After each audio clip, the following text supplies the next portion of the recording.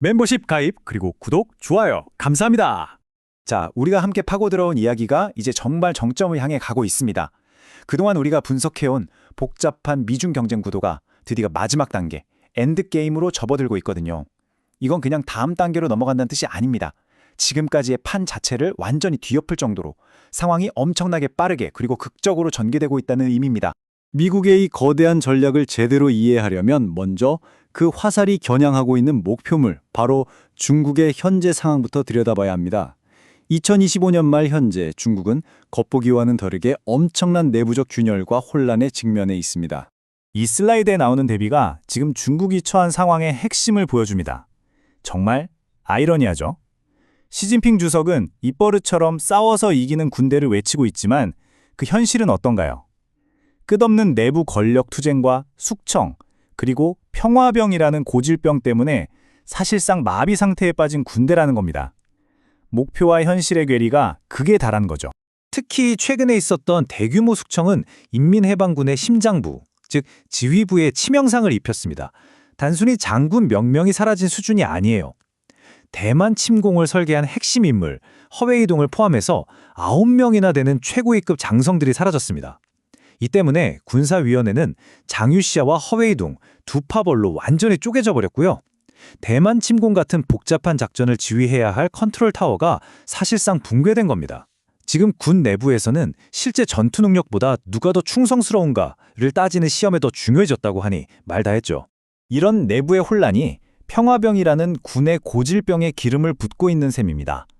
이 평화병이라는 건 말 그대로 군대가 너무 오랫동안 실전 경험 없이 평화에 젖어 있었기 때문에 생기는 모든 문제점을 말합니다. 서류 작업은 잘할지 몰라도 진짜 총알이 빗발치는 위기 상황에서는 부패와 비효율 때문에 제대로 움직이지 못하는 거죠. 즉, 싸울 준비가 전혀 되어 있지 않다는 뜻입니다.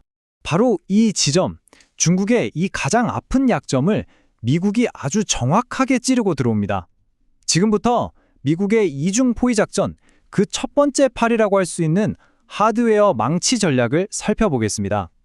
이건 중국을 이길 수 없는 군비 경쟁의 수렁으로 밀어넣어 스스로 무너지게 만드는 아주 치밀하게 계산된 전략입니다. 이 전략의 공식 명칭은 비용 강요 전략입니다. 이게 정말 무서운 개념이에요. 직접 전쟁을 해서 이기는 게 아니라 상대방의 국방비에 천문학적인 돈을 쏟아붓게 만들어서 경제적으로 스스로 말라 죽게 만드는 겁니다. 피를 흘리지 않고 상대의 국력 전태를 약화시키는 그야말로 고도의 경제적 체스 게임인 셈이죠. 이 비용 강요 전략의 한가운데 정말 상징적인 무기가 등장합니다. 바로 골든 플릿이라고 불리는 새로운 함대인데요. 그 선봉에 서는 게 배수량이 무려 4만 톤에 달하는 이 어마어마한 트럼프급 전함입니다.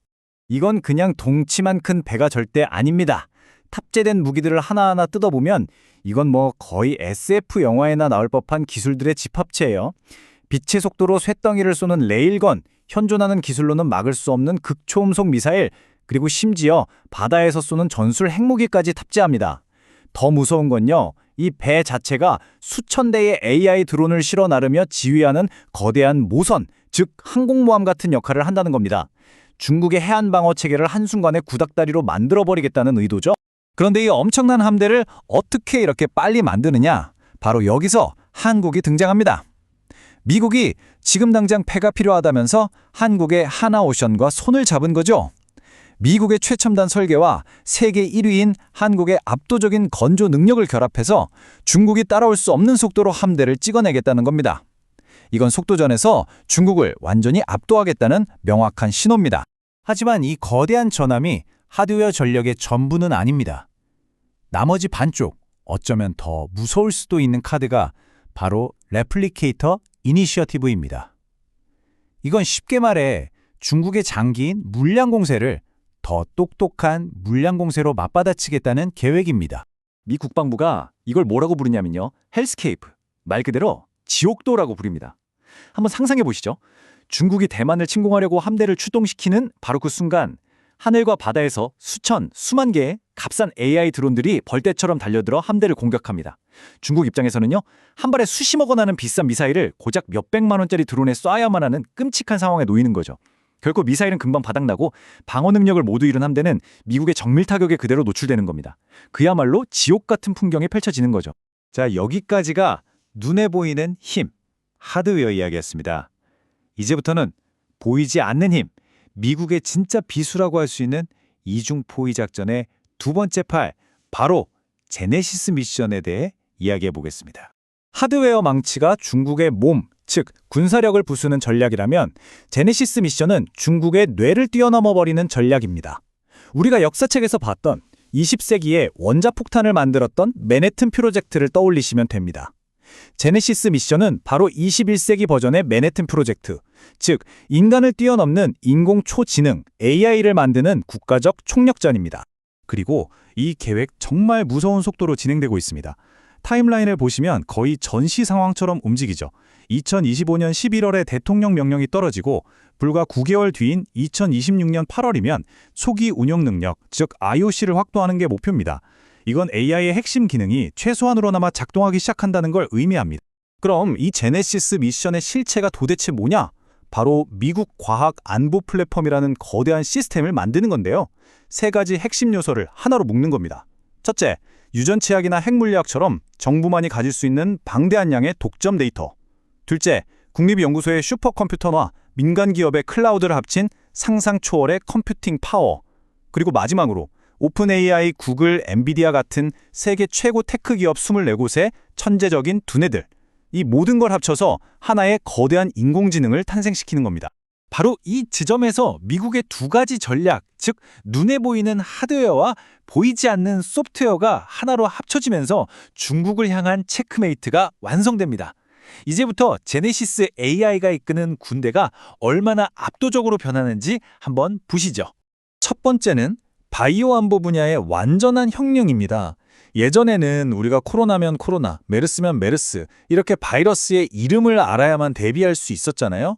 이제는 그럴 필요가 없어집니다. 위협 불가주론이라는 새로운 개념인데요.